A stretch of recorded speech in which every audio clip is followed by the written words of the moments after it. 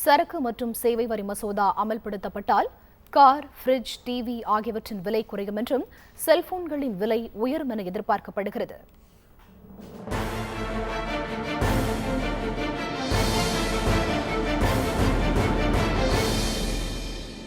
சரக்கு மற்றும் சேவை வரி குறித்து நாடெங்கும் மக்களிடம் பயம் கலந்த எதிர்பார்ப்பு நிலவுகிறது.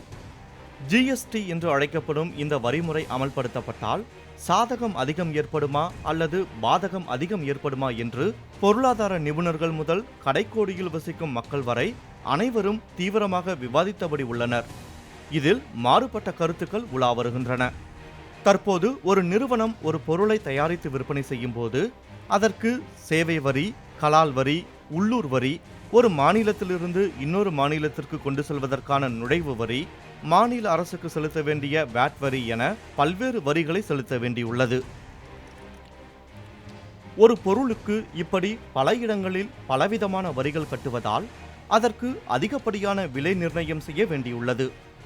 அது மட்டுமின்றி பல இடங்களில் வரி கட்ட வேண்டியிருப்பதால் காலதாமதம் உள்ளிட்ட பல சிரமங்களை உற்பத்தியாளர்கள் சந்திக்க வேண்டியுள்ளது. இது நாட்டின் ஒருமித்த பொருளாதார வளர்ச்சிக்கு தடைக்கல்லாக இருப்பதாக கருதப்பட்டது. இதைத் தொடர்ந்து மத்திய அரசுக்கும் மாநில அரசுகளுக்கும் உள்ளூர் அமைப்புகளுக்கும் கட்ட வேண்டிய வரிகள் அனைத்தையும் ஒரே வரியாக ஒரே தடவை கட்டி முடித்துவிட மத்திய அரசு முடிவு செய்தது.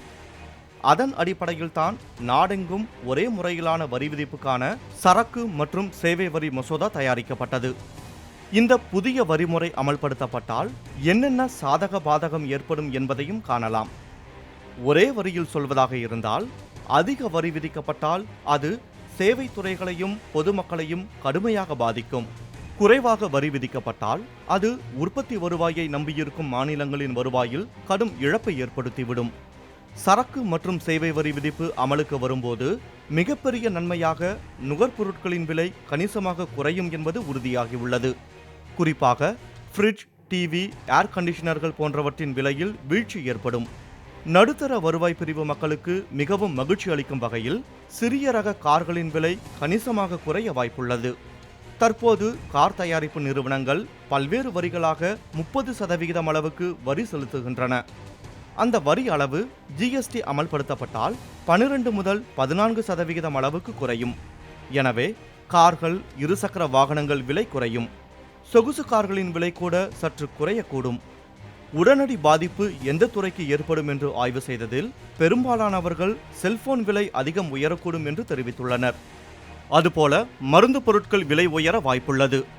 விமான டிக்கெட் விலை, வங்கி, உணவுப் பொருட்கள், தொலைத்தொடர்பு, உலோகங்கள் மீதான வரியும் உயரக்கூடும் என்றும், ஊடகம், வாகன உற்பத்தி, சரக்கு போக்குவரத்து, சிமெண்ட் ஆகியவற்றின் மீதான வரி குறையும் என்றும் பொருளாதார நிபுணர்கள் தெரிவித்துள்ளனர்.